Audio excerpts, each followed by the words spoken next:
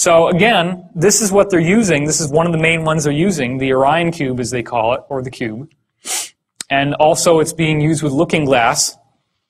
But what's going on with 2012? Well, here's another very interesting thing. Dan Burish, who I've had multiple discussions with privately, and we're actually going to have an event that we're speaking at together at Caltech, which is later in March. And I'm going to have that on my website if you're interested. It's going to be local. My website is divinecosmos.com. And we're going to talk about all this stuff there to some degree, but it's mostly going to be on his research with biology, which we'll get into later. But anyway, we have multiple parallel futures that we can choose. And what he found was there was a treaty that they were trying to do with the extraterrestrials that was codenamed Tau-9. And in the Tau-9 treaty, they had a line item in the treaty that was intended to share his biology technology with the ETs. And that technology was able to reproduce the original seed of all life on Earth, which the ETs wanted to use to be able to heal their own DNA because they believe that they're human lineage. So what he found out was that these other beings apparently had contacted him and said, you cannot tamper with the tree of life. You can look at it, you can admire it, but you can't mess with it. The tree of life is the actual source code of our DNA. So what was happening was they were looking into the future, and he took the negative visual that he got from the alien, from the ascended being that came to him and warned him about the tree of life. He held that image in his mind of what would happen to the Earth in 2012 if this were allowed to happen.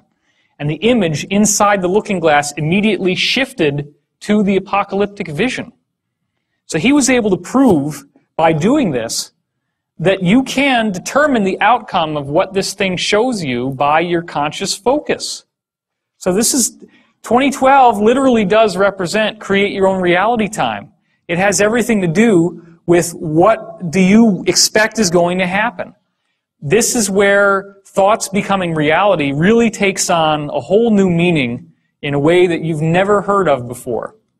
Now again, I also had a contact with a man named Daniel. You can hear about the story on the free 3.5-hour Project Camelot video that's on my website. You can go look it up. I met this guy in New York. I was stranded at the airport because of the snow. I ended up going to a Denny's. It was the only place that was open. I had brought the Montauk book with me for some reason, even though I thought it was all just a bunch of crap.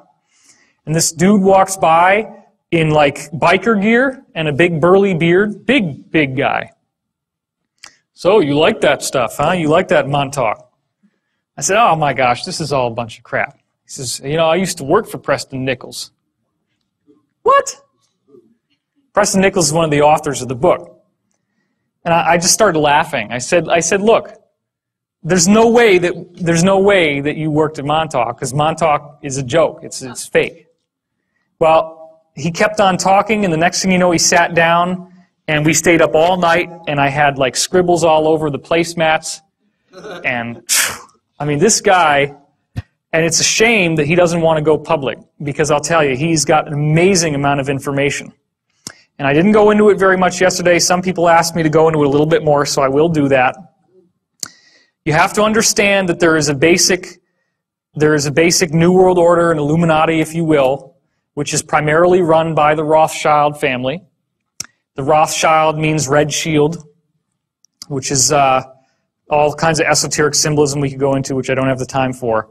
The Rothschilds financed Stalin and the takeover of Russia, the Bolshevik Revolution, 1917. They have financed the French Revolution. They financed World War II. They financed Hitler, and they were financing the U.S. So they believe in order out of chaos. You fund both sides of a war, and whichever side wins, you got their vote, because you're their paymaster. You've given them their money. You control their financial supply, which means you can control the government. Okay? And you profit no matter what. Right. And also what happens is that the war stimulates the economy, so you get much more infrastructure and much more buildings coming out of it. That's why, for example, Ford Motor Company was building tank plants in Germany, which is why Hitler's Wehrmacht had the tanks. It was from Ford. When American bombers bombed Ford's tank plants in Germany, Ford personally repaid Hitler so he could rebuild the tank plants faster. Boeing actually was shipping, this has been documented, was shipping passenger airliners to South America, which were then sent to Africa, where they ripped the seats out and turned them into Hitler's bomber fleet. That was Boeing. These are American corporations. The whole idea of these big wars is a joke.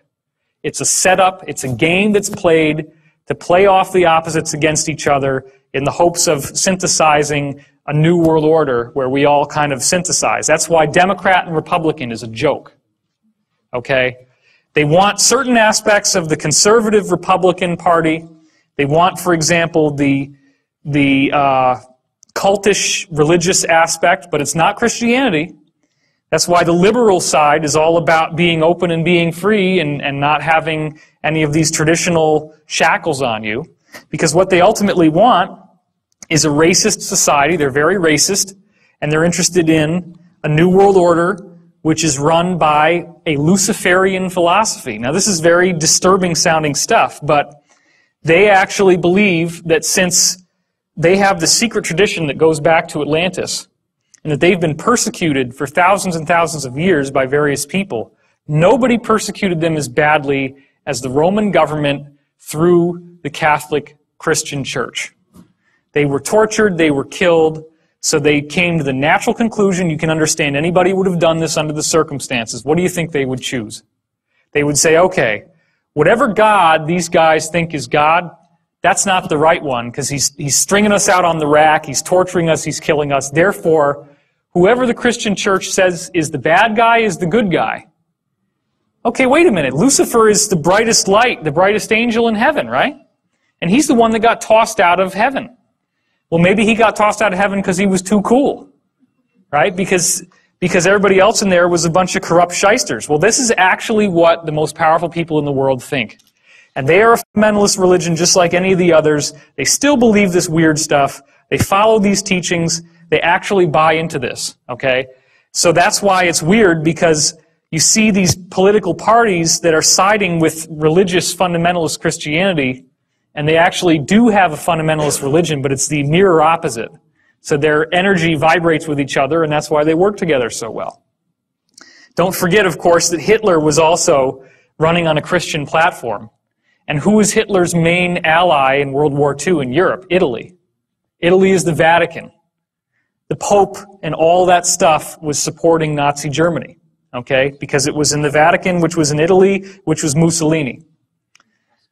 So, the reason why I'm telling you all this is not for you to have a fatalistic sense of doom. It's to also enlighten you to the fact that this is going on, that it's real, and that the Nazis were very, very proactive in rebuilding all of the ancient secrets that had been lost. Because for the first time, they had a world power government that could go out and militarily by force invade places that were being kept under lock and key with heavy guard, and go in and steal the artifacts and the technologies that would allow them to rebuild their so-called master race and all this stuff that they're so into. Okay? What's that? Raiders of the Lost Ark. Raiders of the Lost Ark, exactly. So, what do you think happens when a UFO crashes in World War II, and the people who financed Nazi Germany, once it collapsed, they're looking for as much technology, as much goodies as they can get their hands on. So what do you think they're going to do when these UFOs crash? They're going to want to rip out everything from those UFOs imaginable and reverse engineer it and make it into something they can use. So what's the first thing that they go for? They take out the chair. Because these UFOs, you're sitting there in the chair and you say you want to go somewhere, you meditate on it, and a vortex opens up in front of the ship and you fly through it, and you pop through a wormhole and you end up somewhere else.